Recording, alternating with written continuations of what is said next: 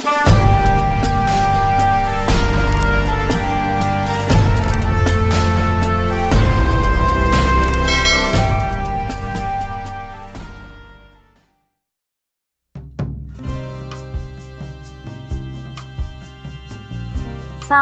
jumpa lagi rekan-rekan semua.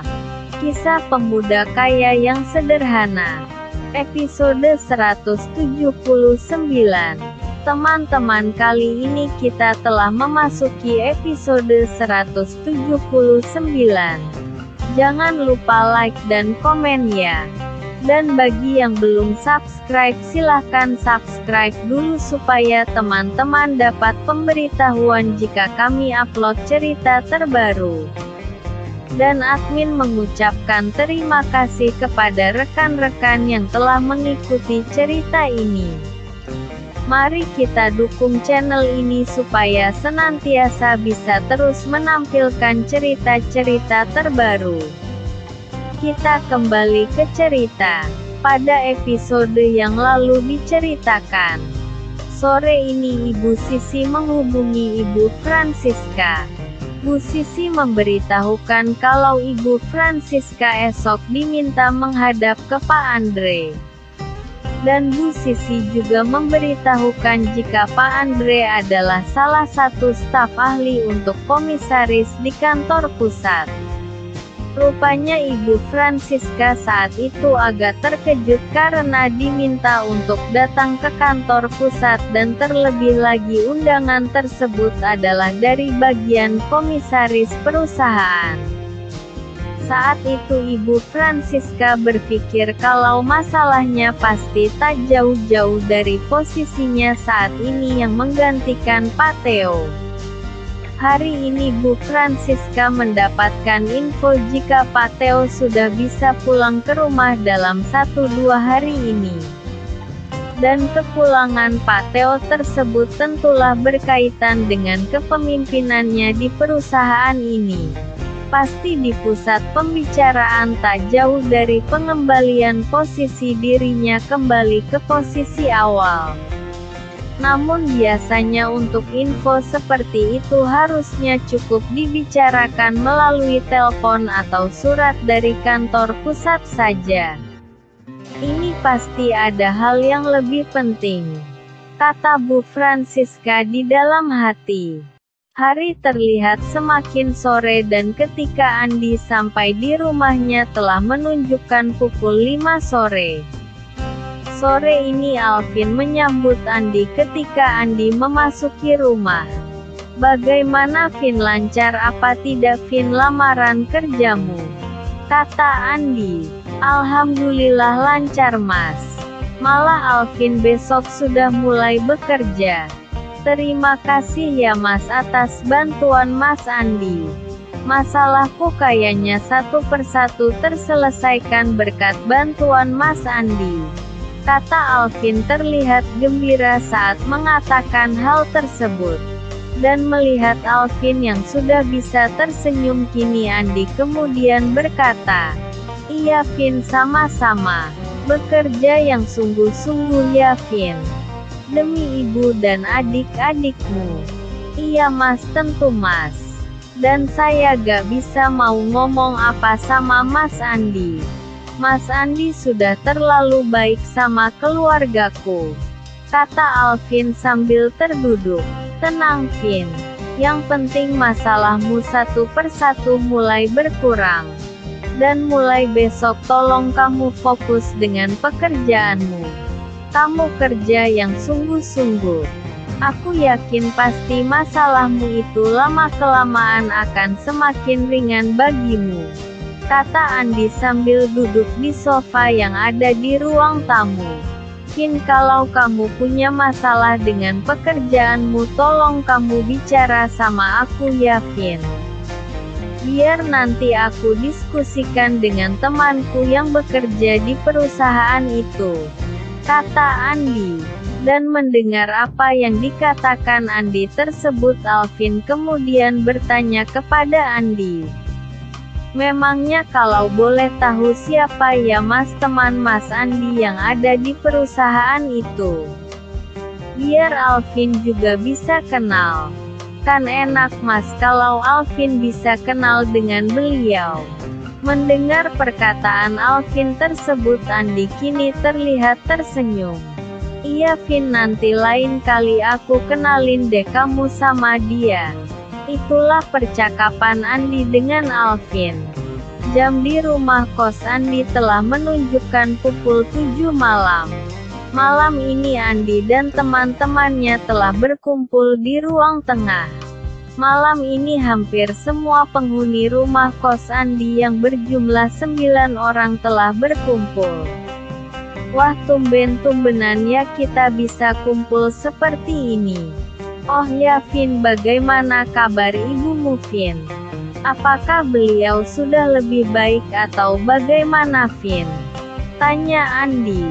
Sudah lumayan Mas. Kata paman ibu, sekarang kesehatannya sudah mulai membaik. Semoga dalam waktu kurang dari seminggu ibu sudah bisa pulang ke rumah Mas. Kata Alvin. Wah, syukurlah kalau begitu Vin. Oh ya Vin, masalah biaya rumah sakit ibumu kamu bicara saja dengan Mas Andi, habisnya berapa biar Mas Andi bisa selesaikan. Nanti masalah pembayaran ke Mas Andi kamu gak usah pikirkan dulu. Prioritasnya adalah ibumu sehat biar adik-adikmu ada yang menjaga. Nah nih Vin, Mas Andi ada kartu ATM ini, ada PIN-nya juga. Ini buat kamu. Saldonya nanti kamu cek sendiri Vin. Ini bukan pinjaman dari Mas Andi. Ini pemberian Mas Andi untuk masa darurat keluargamu. Maaf ya Vin, Mas Andi bilang masa darurat. Soalnya Mas Andi juga kasihan dengan nasib adik-adikmu. Sana Vin, kamu transfer ke kampung buat adik-adikmu Vin. Mumpung ini belum malam banget. Rupanya saat itu Alvin terlihat begitu sungkan dengan apa yang dikatakan Andi tersebut. Ah maaf Mas, saya tidak bisa menerima ini.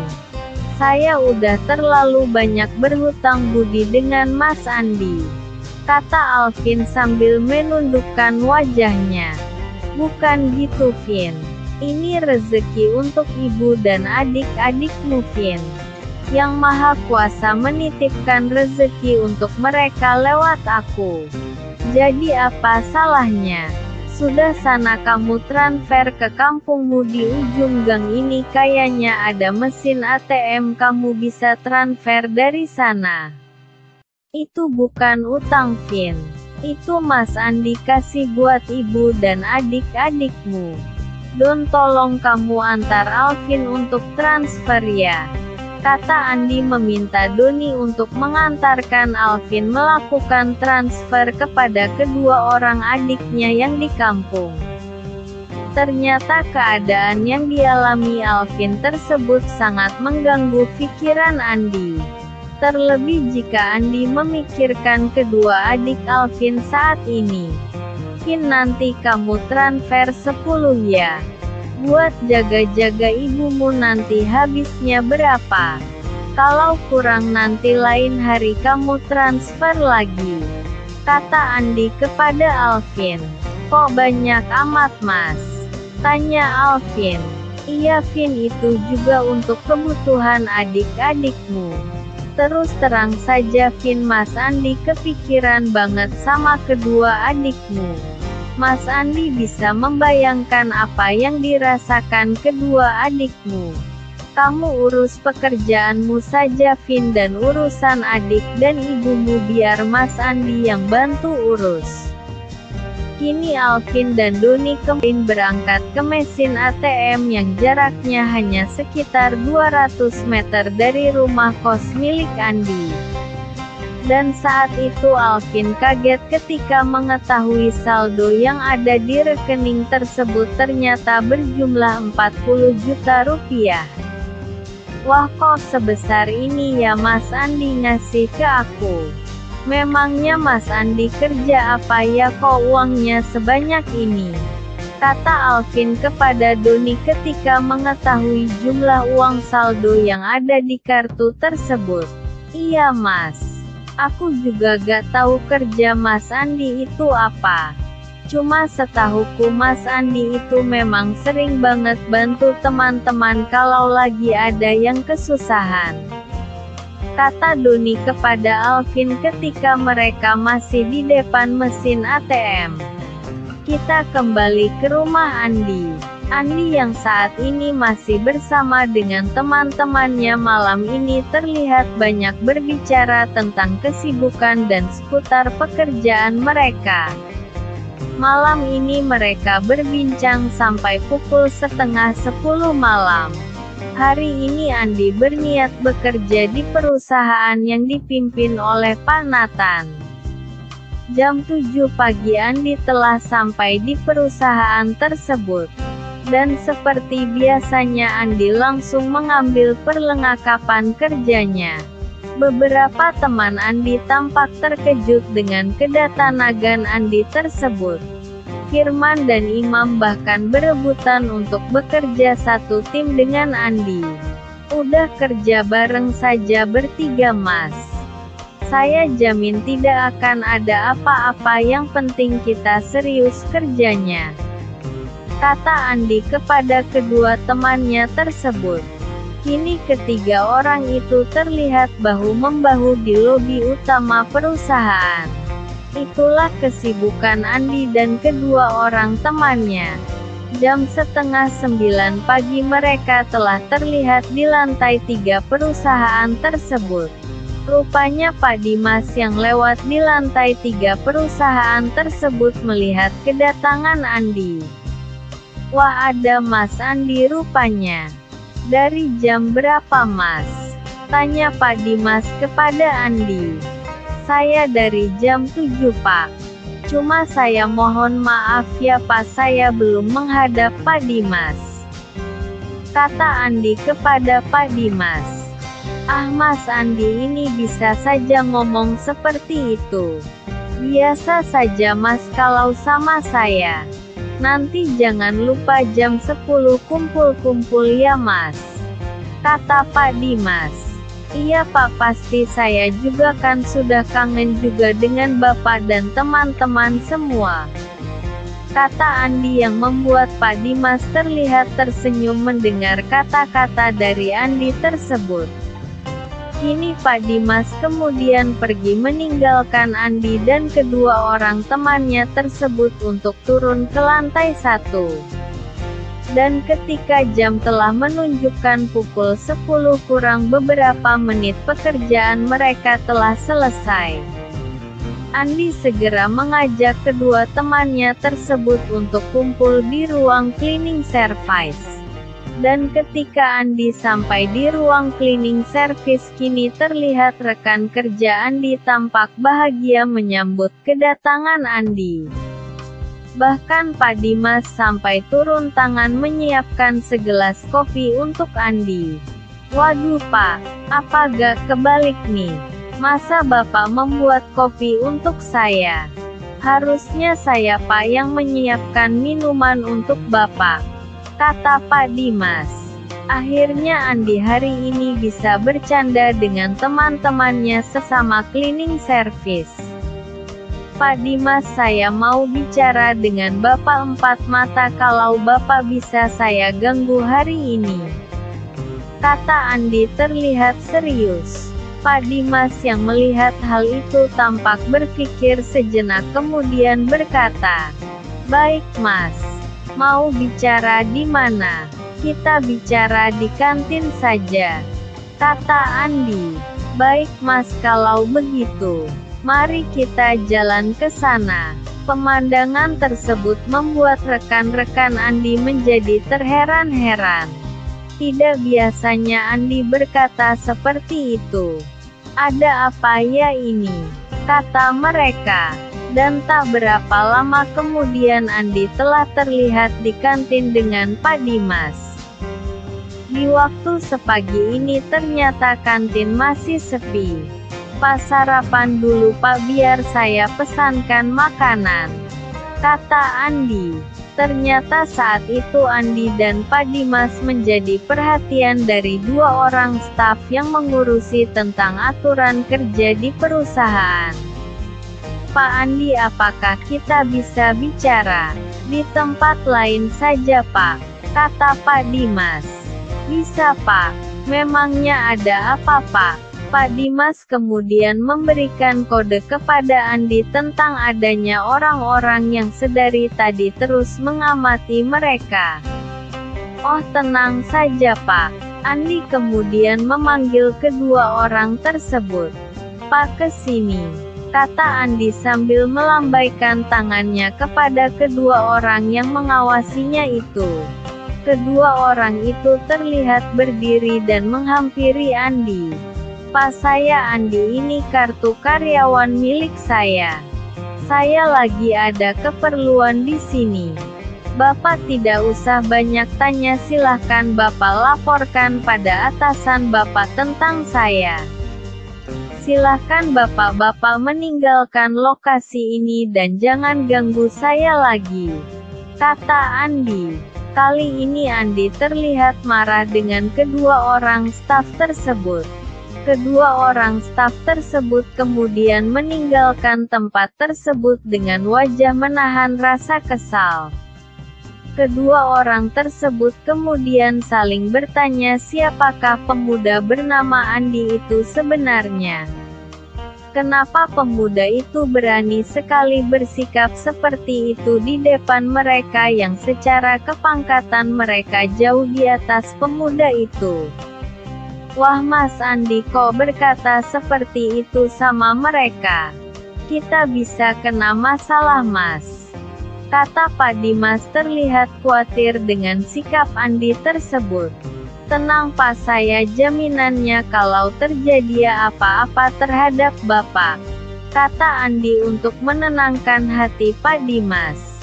Mas Andi mau bicara apa, Mas, kok ngajak saya ke sini? Tanya Pak Dimas kepada Andi. Pak Dimas ingin pindah ke bagian yang lebih baik atau tidak, Pak? Kalau Bapak mau saya yang bertanggung jawab. Soalnya saya melihat seiring dengan semakin bertambahnya usia Pak Dimas tidak bisa selamanya mengurusi urusan kebersihan di perusahaan ini. Wah, Mas Andi, ini bisa saja ya. Saya sudah bisa bekerja saja sudah bersyukur kok, Mas, kata Pak Dimas kemudian. Saya ini bicara serius, Pak Dimas. Bapak ingin di bagian apa? Kata Andi terlihat serius. Saya sih terserah perusahaan saja, Mas. Mau ditempatkan di mana juga saya siap saja, kata Pak Dimas kepada Andi. Oke, kalau begitu Bapak ikut saya sekarang ya, kata Andi kepada Pak Dimas. Andi kemudian memencet handphone miliknya. Pak, saya Andi. Bapak apakah ada di kantor, Pak? Kalau ada, saya ingin bertemu dengan Bapak. Ada yang mau saya bicarakan, Pak. Ternyata saat itu Andi menghubungi Pak Nathan. Bapak undang Pak Akmal juga ya, Pak, kata Andi kemudian. Pak Dimas yang mendengar percakapan tersebut nampak terdiam karena Pak Dimas tidak tahu apa yang dibicarakan Andi. Itulah kisah pemuda kaya yang sederhana episode 179. Terima kasih kepada rekan-rekan yang sudah mengikuti cerita ini. Jangan lupa like, subscribe, dan bagikan cerita ini kepada rekan-rekan Anda. Silahkan rekan-rekan tulis saran dan komentar Anda. Dan mari kita majukan channel ini, supaya kita bisa terus menikmati cerita ini. Terima kasih.